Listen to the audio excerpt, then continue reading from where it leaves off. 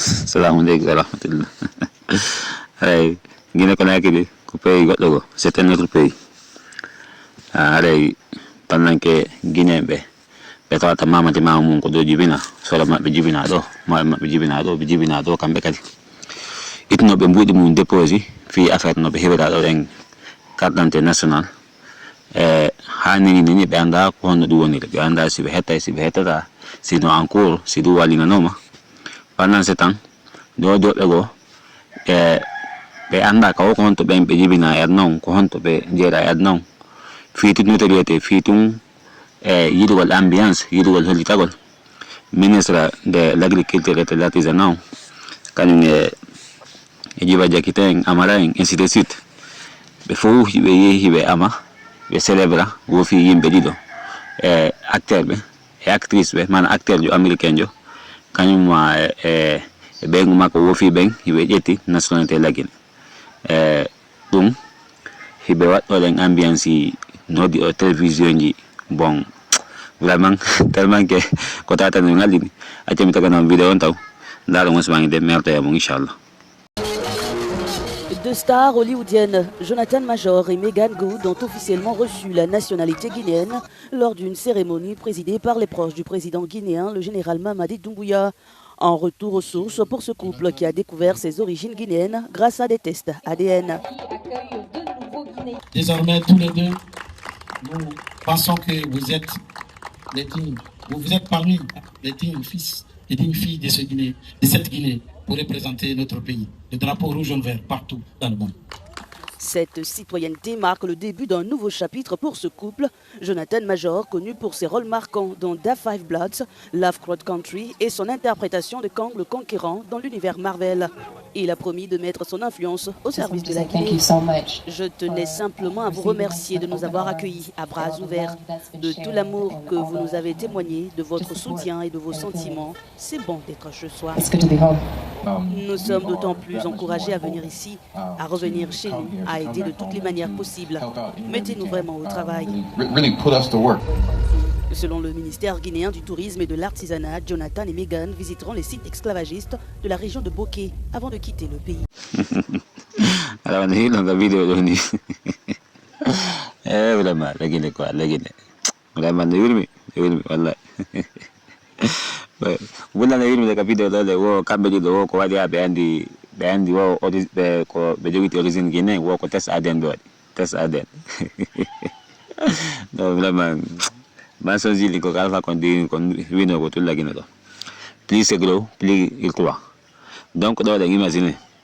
Donc ministre de la culture et de l'artisanat Djiba Diakité bon amara ben non fop Moussa Moïse ben non fop daro motini lo fi affaire o affaire o magui do len quoi e fi affaire qui propagande do donc pendant que kayimbe jibina be lagi ndole guinéen dépose nobe kaydi yi hodo boni mabbe labu di pos dum hande be yita dum be anda dum hada kadante de halde film be do non bay tun hada ko acteur be bon acteur de cinéma hada be mari influenceur be sikku nandere hada dum kadi walla be propagande mabbe ko woni kon be jonni be non seulement nationalité be jonni be kadante hay passeport joyi passeport di be jonni vraiment haray vraiment ko feni lidé ko no yumi donc haray acteur jo ko ente o ko Jonathan Major e be makko ko Megan Good jon haray wo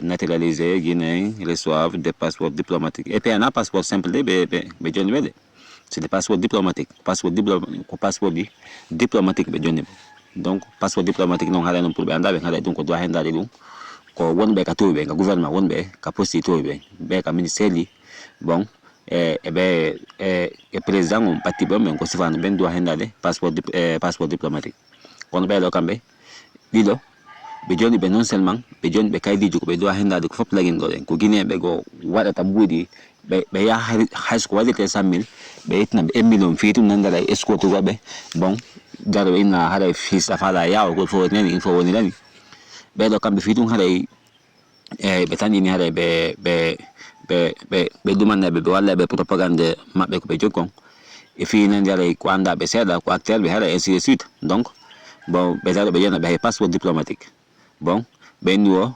haywoɓe waɗi ɓe mana haywoɓe waɗi ɓe kamɓe ɗiɗo ambassadeur ɓe et devient des ambassadeurs culturels.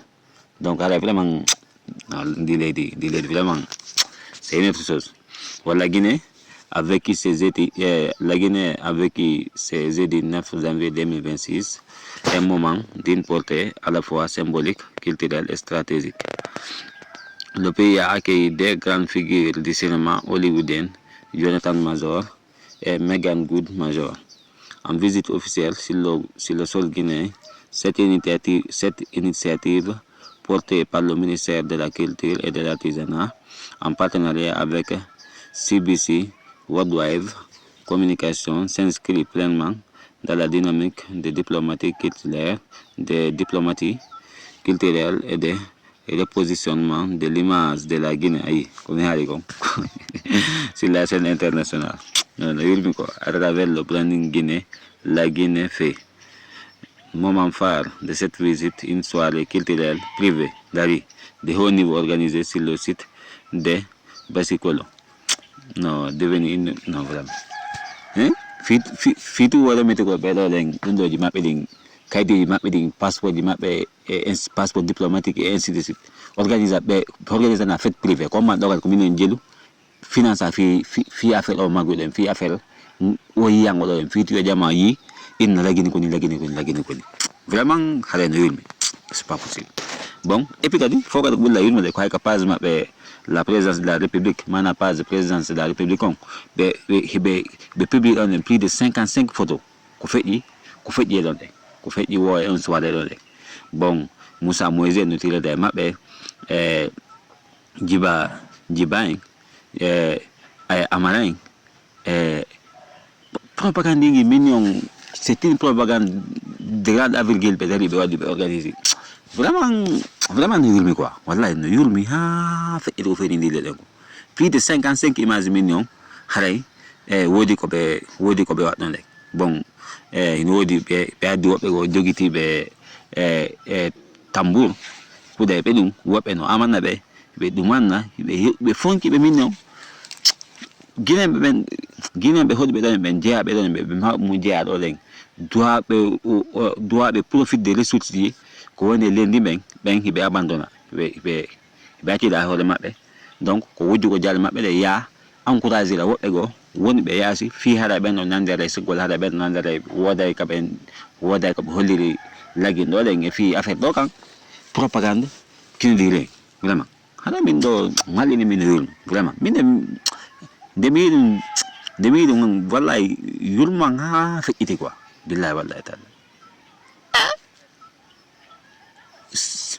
dundo soirée privée quoi soirée privée fi yimbe dido hay wona dum Guinée be de wiibe no tani ni hara wo maybun ko lagi ndo ngino bembe dale pour organiser na be soirée privée quoi soirée privée pour organiser.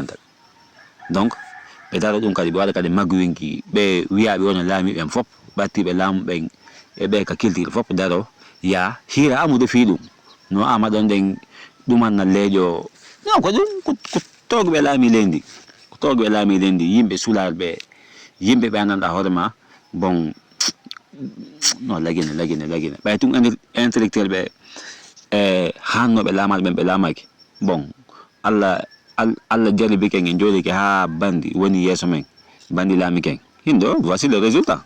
On ne peut rien faire. Allez, quand il y a encore une soirée dansante Dumbuya o yino ko fe ino len kanko e ko fi o limide o yom ko alla tun andi ko mbudi jelo yom mo dalen fi yo ar donc adi soirée privée andi donc adi o wan concert privé autant pour moi o warno don len Dumbuya be ngi e batti be mbay e kadi ko e makko ben donc adi be leegi donc adi ha be donc ha o laka Dumbuya équipe makko lay fu jon sai mutun ande fu soboka no daro no yima lejo duman bon on fait des bâtés on caméra de caméra ko dum bonne wade batti be mbay sinon vraiment no di piji buni ni ko dawa de kale den hadawana dum hadawana ya ko amana fi yimbe jid américain mana seke ko handi te seke be la gino den il non aucune valeur ko togube and hormon be sikano heda kalamu nyande go ben ko ben alla jarri ben woni hore men do nini laare du har ko yimbe be teddi na ko yimbe be hikaka no ko peji go ara lagi ni lolen be akita golle di mabbe ni fop be déplacer be ya highland ma sa kay brako len dingo wi on lamion hay dumbuya yahay tire da oti photo ya amida mako batti be homben kambe kadi amaraen be fop kambe kadi be ta propagande John wonon ko wi'a be o porte-parole du gouvernement ndo kan safla ndo porte-parole du président woni kanko amala donc bedo lami mon conseil à la présidence président de la République le président de la République ben faut ya atira gonde mu ya avec des personnes qui sont très minables qui ne sont pas favorisées qui ne sont pas considérés dans leur pays, comme Makoso. Non, vraiment, travail no mani do engadi. Fi tourno be film.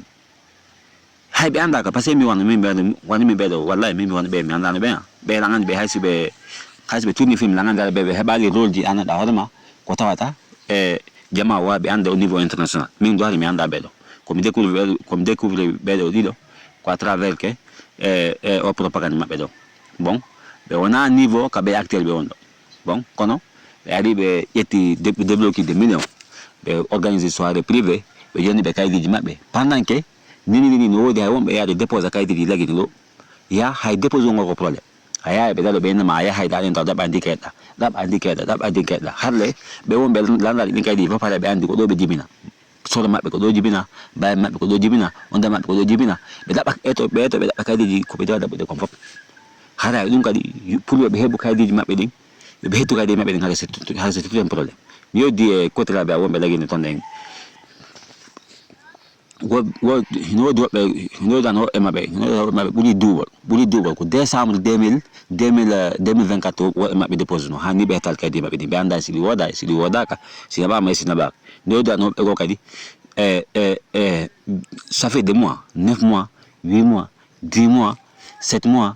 Bon, ben non kamera da John be anda le temps be anda ko non te pendant que pays digo kan on hormone so ça dépose kay di madi kon zeti no tin hara wa ide tude kon lagi ndo le vraiment lagi ndo le non di le di fokki de donner ça ne va pas du tout hein vraiment ndo fokki tali allez ko yalla le kon do ça ne va pas wallahi e hara yi to ko yam partage vidéo maximum abonne donc ka chaîne YouTube do Lensen TV hara partage vidéo di moja partage video di moja halay minali jamano partage do buy kon halay mi fala mbe di partage ngol o ko men dole parce que dum dokadi donc andi gadi ona ko sama kalendi ko yata la peta information ni ding bon wada enquête anda ko ngondi woni bon ala yewta wada montage et ainsi de suite donc ça demande beaucoup de boulot halay andole yo abonno maximum ka chaîne YouTube do et ka Facebook comme ça surtout ya on ka YouTube o comment on force moja abonne don partage video di halay manjala salmina